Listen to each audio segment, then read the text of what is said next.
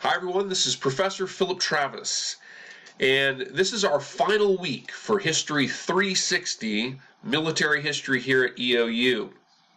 This week we are going to look at the global war on terrorism that was begun under the administration of George W. Bush following the September 11th terrorist attacks in New York City and in Washington, D.C. on September 11th, 2001.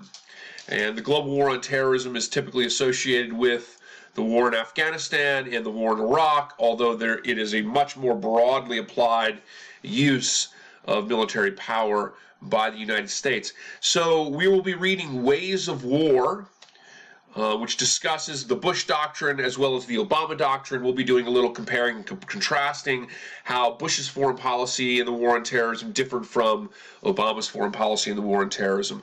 We're also going to be reading Counter Jihad this week. If you haven't started reading this already, this is a book by Brian Glenn Williams, who served multiple tours in both Iraq and Afghanistan, and he's now a professor. Counter Jihad it's a really intriguing book. It's a little bit different than the E.B. Sledge book and the Philip Caputo book, but I think you'll find it an excellent read, a very interesting and intriguing book. And I actually reviewed this book for the Journal Military History about a year and a half ago. So on the Counter Jihad book, next week during finals week on the Tuesday of finals week, you have a short 2-page paper on counter jihad that is due, and I have a prompt posted for you, and I basically just want you to answer 2 central questions associated with Brian Glenn Williams' book Counter Jihad. So make sure you take a look at that prompt.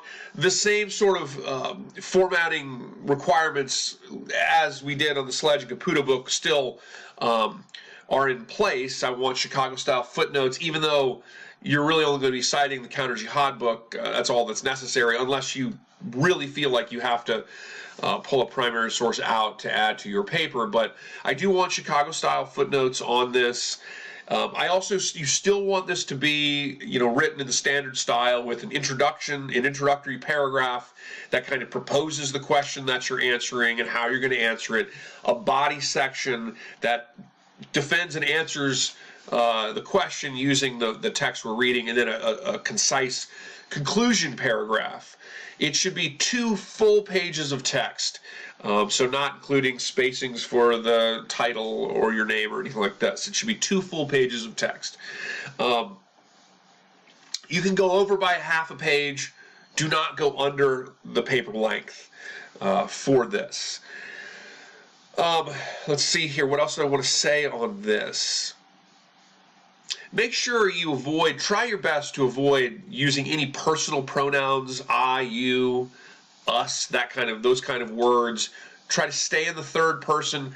Try to always stay in the past tense when writing these types of papers, and try to avoid passive voice.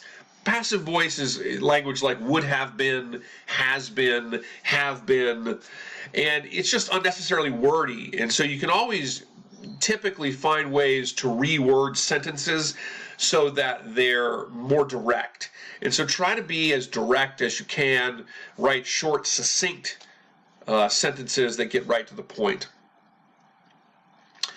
Okay, so Counter Jihad this week, paper due next week on the 9th. I believe it's the 9th. It's Tuesday of next week. And Ways of War, Chapter 15 for this week. Your last test, your second test, is due Sunday, the end of this week. And I will make that test available no later than Tuesday by midnight. And I will, again, give you a little bit of info on what the essay question might be for the general topic for the test, because there will be, of course, an essay on the test. Let's see. Let me just say it's been a great class. I've really enjoyed this class. I think we've had excellent participation in this class. Our discussion forums have been great. We've really, I think, dug down into some of the deeper elements of many of the issues involved in this study of American military history. So I've really enjoyed it. It's been a great class from my standpoint. I hope you've enjoyed it. I hope it's encouraged you to think. I hope it's encouraged you to use history as a tool to understanding, change over time and how the past has shaped the present. So hopefully I would love to see some of you in my future classes. This fall, of course, I'm offering History 437, the history of modern Germany, and we do a lot in that class. We do go back to the 1800s, but that class is to a significant extent centered around understanding the emergence of Nazi Germany. And so we get into the development of Nazi ideology, extreme nationalism, and these types of things following the First World War. We take it through the Second World War. It's not exclusively focused on that. We start the class back at the beginning of the 1800s, and we end the class, of course, after the Second World War. But the history of modern Germany is a pretty interesting class. We have a lot of fun in this class. So I'm offering that in the fall. If that interests anyone, I'd love to see some of you in future classes of mine. The fact for this week, our last factoid, is this. One of the major lessons legacies, I suppose, when we look at the Vietnam War, we spent 2 weeks on the Vietnam War. When we look at the Vietnam War, it really raises a number of major questions. Things like, to what extent should news coverage of American wars abroad be covered and conveyed to the American public? To what sense should news coverage be censored? What are the rights that Americans in a democratic society have to have a less filtered version of the news? That was a big question that came out of the Vietnam War. Historians and sort of policymakers disagree on the role of the media in Vietnam. Policymakers like George H.W. Bush, who was president, of course, in the early 90s during the Persian Gulf War, many policymakers looked at the media in Vietnam and said it was the media's fault, that the media somehow undermined the American effort there by displaying the war in an unnecessarily negative light.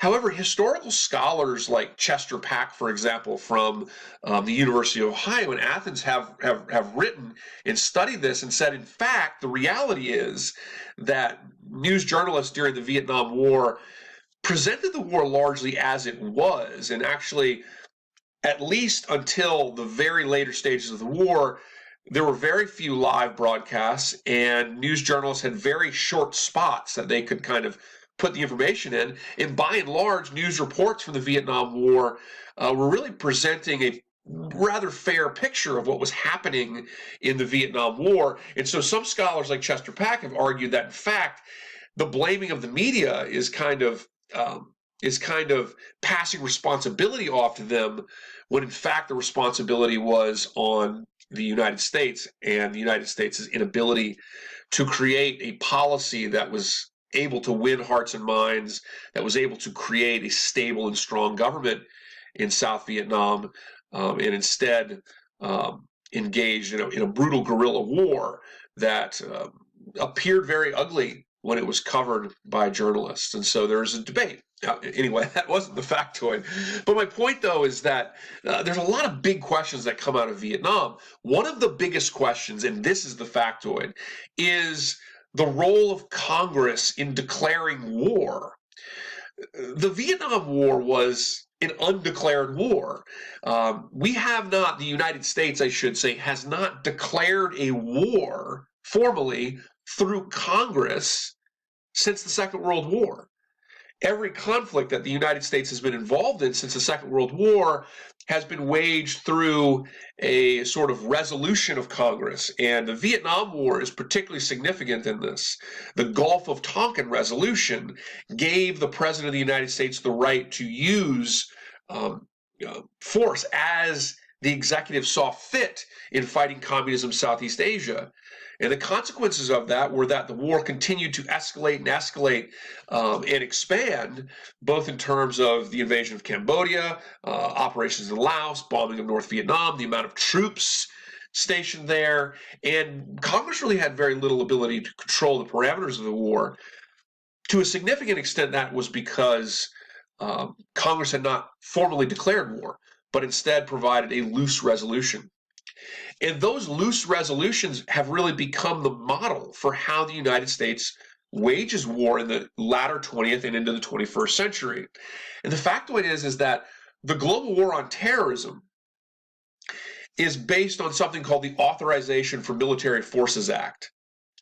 And this act is like the Gulf of Tonkin resolution. It's not a formal war declaration. It's rather a broad resolution passed by Congress that gives the executive branch to wage the global war on terrorism effectively as it sees fit in connection to the issue of global terrorism. And so the global war on terrorism, which is still ongoing and it's approaching 20 years now, is like Vietnam based on a loose resolution from Congress as opposed to a precise war declaration. And that's one of the biggest legacies of Vietnam, is this change. And constitutionally, it really amounts to a weakening of the congressional power and an expanding of the executive power when it comes to the use of force abroad. And so that's one of the big questions that Americans should ask themselves in the roughly 50 years since the Vietnam War. We should be asking ourselves about the expansion of executive authority in certain areas, like the war declaration, and the weakening of Congress in these areas, and whether or not that is in the best interest of United States national security or not. So the factoid is, for this week, the legacy of undeclared wars, a legacy largely from the Vietnam War, from the Gulf of Tonkin resolution, but one that is carried through into the global war on terrorism of the 21st century. It's a legacy of loose resolutions and undeclared wars. Let's have a great last week. I'll see you in the discussion forum. Don't forget, paper is due Tuesday of exam week. Exam is due this coming Sunday. I'll have the exam posted no later than the end of the day on Tuesday. Let's have a great week, everyone. I'll see you in the discussion forum. And again, thanks for a great term.